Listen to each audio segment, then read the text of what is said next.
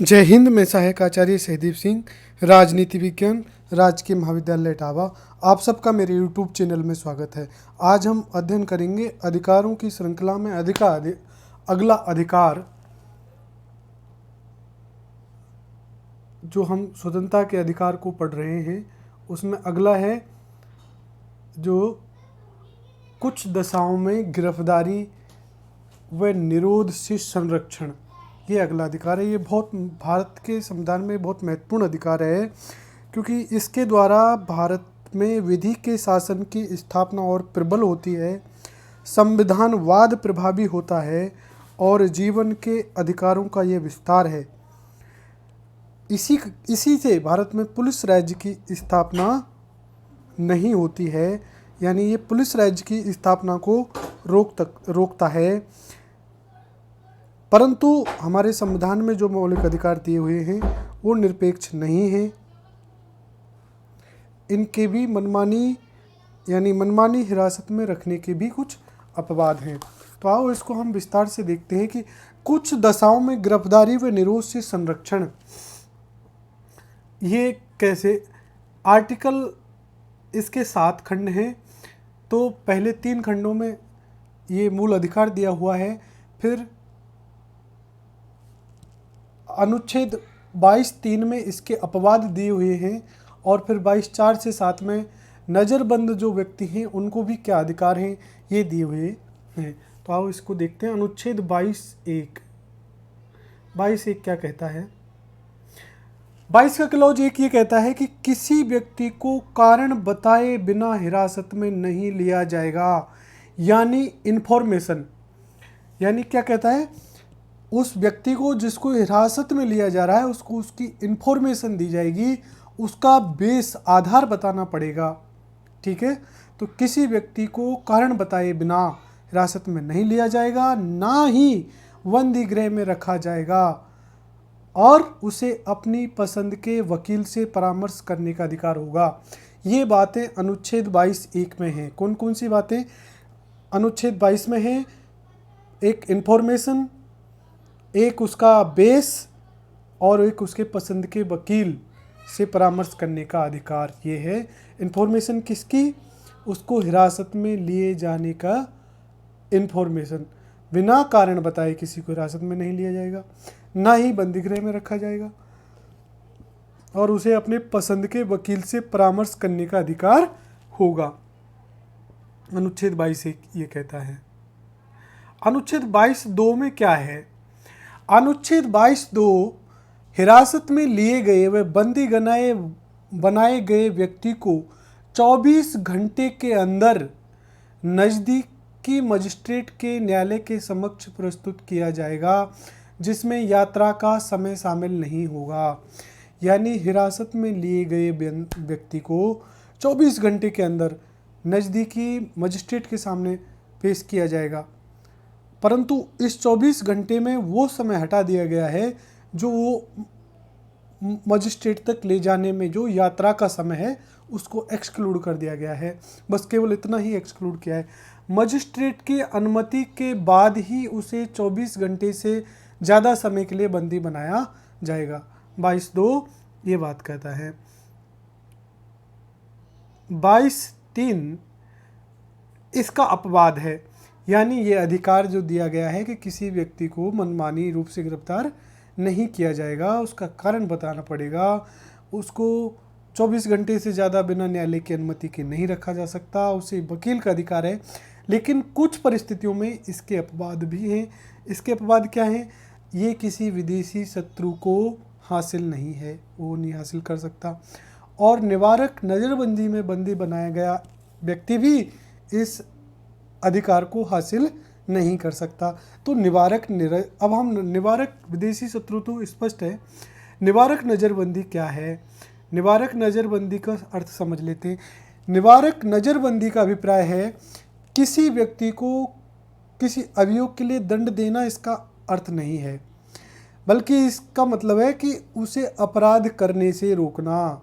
यानी यह एक सचेत करने का उपकरण है। ये शासन के हाथ में एक ऐसा उपकरण है जिससे अपराध की आशंका मात्र पर ही अदालती जांच के बिना बंदी अथवा नज़रबंद रखा जा सकता है।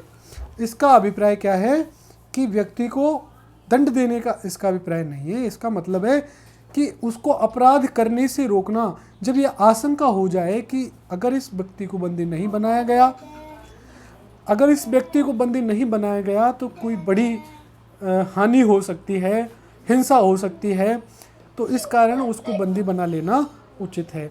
उदाहरण के लिए जब 370 हटाई गई थी उस दौर में वहाँ के मुख्यमंत्री,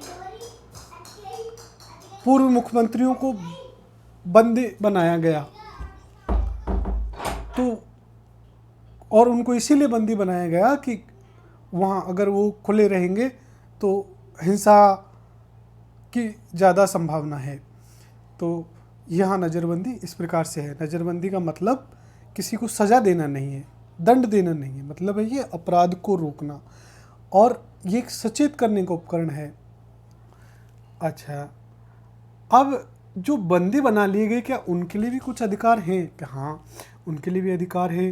तो उन अधिकारों की चर्चा कहाँ है? उनके अधिकारों की चर्चा अनुच्छेद 22 के क्लॉज 4 से लेकर 7 तक में नज़रबंद बनाए गए व्यक्तियों के अधिकार दिए गए हैं। वो कैसे हैं? देखिए उनमें क्या क्या अधिकार है कि वे भी अपने निवारक नज़रबंदी का कारण जान सकेंगे, उनको भी कारण बताना होगा।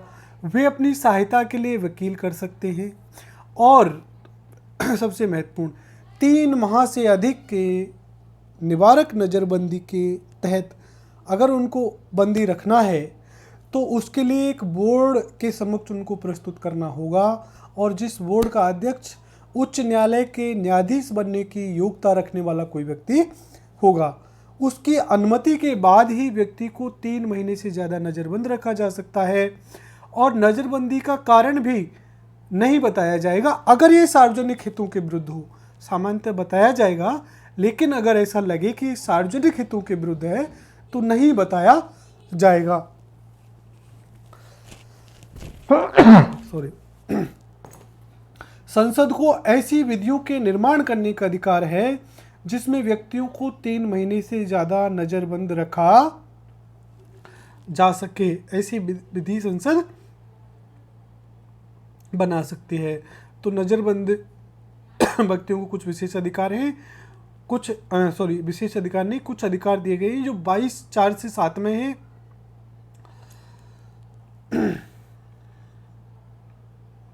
अब है नज़रबंदी के आधार क्या हो सकते हैं। नज़रबंदी किसी को बनाया जाता है राज्य की सुरक्षा के हित में, लोक व्यवस्था के कारण, समुदाय की आवश्यक सेवाओं की पूर्ति को बनाए रखने के लिए, भारत की सुरक्षा से संबंधित आधारों पर, और इस संबंध में कानून बनाने की जो शक्ति है वह संसद व राज्य विधानसभा दोनों को है। और नज़रबंदी से संबंधित कानून, नज़रबंदी से जो संबंधित कानून है वो सरकारों ने समय समय पर बहुत कानून बनाए।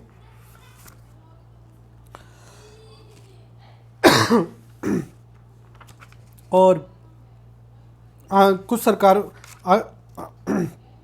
सरकारें कानून बनाती हैं और उनको रद्द करती हैं। जैसे सबसे पहले जो कानून बनाया निवारक निरोध से संबंधित, जो पहला कानून था बंगाल में, बंगाल अधिनियम 1818 के नाम से बनाया गया। उसके बाद 1939 में भारतीय रक्षा अधिनियम बनाया गया जो 1950 तक लागू रहा। उसके बाद बनाया गया पहला कानून निवारक निरोध अधिनियम 1950 बनाया गया जो 1951 से लेकर 1969 तक लागू रहा। उसके बाद आंतरिक सुरक्षा कानून 1971 बनाया गया, इसको भी रद्द कर दिया गया। उसके बाद विदेशी मुद्रा संरक्षण एवं तस्करी निवारक अधिनियम 1974 बनाया गया। ये कानून अब भी 1971 के पूरक के रूप में कार्य कर रहा है। और बहुत कानून बनाए गए और आने वाली सरकारों ने, विरोधी सरकारों ने उन कानूनों को रद्द कर दिया। अब जो वर्तमान में जो कानून है वो है गैर कानूनी गतिविधि निवारण संशोधन अधिनियम 2008। ये निवारक नज़रबंदी का कानून, ये कानून वर्ष 1967 में पास किया गया तथा 2008 में आवश्यकता अनुसार संशोधित किया गया। इस कानून के अंतर्गत पोटा के अधिकांश उपयोगी धाराएं सम्मिलित हैं और ये अब भी उपयोग में है। और विदेशी मुद्रा संरक्षण एवं तस्करी निवारक अधिनियम 1974, ये कानून विदेशी मुद्रा से जुड़े अपराधों के लिए बनाया गया था, जो आंतरिक सुरक्षा कानून 1971 के पूरक के रूप में कार्य कर रहा है। ये था निवारक नज़रबंदी से संबंधित संपूर्ण बातें। इसका हमने अध्ययन किया अनुच्छेद 22 का। 22 का क्लोज 1, 22 के क्लोज 1 में 3 बातें हैं। व्यक्ति को इन्फॉर्मेशन देनी होगी, कारण बताना होगा और उसको अपने पसंद के वकील से परामर्श करने का अधिकार होगा। यानी उसको बंदी क्यों बनाया जा रहा है ये तो कारण बताया होगा, और उसको बंदी बनाया जा रहा है ये उसको सूचना देनी होगी। तो इसमें ये बातें हैं। और अनुच्छेद 22(2) में भी 2 बातें हैं। एक तो उसको 24 घंटे के अंदर नज़दीकी मजिस्ट्रेट के समक्ष प्रस्तुत करना होगा, और इस 24 घंटे में वो समय एक्सक्लूड होगा जिसमें मजिस्ट्रेट तक जाने में लगा है, यानी यात्रा का समय, और मजिस्ट्रेट की अनुमति के बाद ही उसे 24 घंटे से ज़्यादा समय के लिए बंदी बनाया जा सकता है। ये तो बातें ये हो गई, परंतु ये अधिकार 22(1) और 2 यानी गिरफ्तारी से निरोध या संरक्षण के कुछ अपवाद हैं। ये किस 2 प्रकार के लोगों को नहीं मिलता, एक तो विदेशी जो शत्रु हैं उनको, और एक निवारक नज़रबंदी के तहत जो बंदी बनाए गए हैं उनको। तो निवारक नज़रबंदी क्या है? निवारक नज़रबंदी एक तरह से किसी अपराध के लिए दंडित करना नहीं है, बल्कि अपराध होने से पहले व्यक्ति को अपराध से बचाना है, अपराध करने से उसे बचाना। अपराध की आशंका हो तो उसे अपराध करने से रोकने के लिए उसे बंदी बनाना, ये निवारक नज़रबंदी है। इसका मतलब है उसे अपराध करने से रोकना। ये एक सचेत करने का उपकरण है। ये शासन के हाथ में एक ऐसा उपकरण है जिससे अपराध की आशंका मात्र पर ही अदालती जांच के बिना किसी को बंदी बनाना या किसी को नज़रबंद रखना। अब किसी को नज़रबंद रख लिया तो उसके लिए भी अधिकार 22(4) से 7 में है। उसको भी वकील रखने का अधिकार है, उसको भी कारण बताए जाने का अधिकार है, और अगर उसको 3 महीने से ज़्यादा बंदी बनाए कि रखने की आवश्यकता है तो इसके लिए एक बोर्ड के समक्ष उसको पेश करना होगा, उसकी इजाज़त लेनी होगी, तभी उसको 3 महीने से ज़्यादा बंदी बनाया जा सकता है। और इसके लिए निवारक नज़रबंदी के जो कानून बनाने का अधिकार है वो संसद को है, राज्यों में विधानसभाओं को है। समय समय पर संसदों ने कानून बनाए और रद्द भी किए हैं, और इनके नज़रबंदी के कानूनों का आधार जो है वो है राज्य की सुरक्षा, लोक व्यवस्था, समुदाय की आवश्यक सेवाओं की पूर्ति और भारत की सुरक्षा, ये सब हैं। तो ये था आज का। धन्यवाद।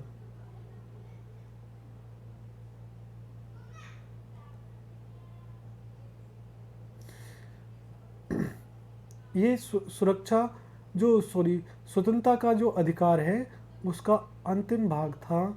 अब हम देखते हैं कि स्वतंत्रता का जो अधिकार है वो कहाँ से कहाँ तक दिया है। आर्टिकल 19 to 22, अनुच्छेद 19 से 22, और 19 में क्या है? अभिव्यक्ति की स्वतंत्रता 19 में दी हुई है। और ये स्वतंत्रता कहाँ से कहाँ है?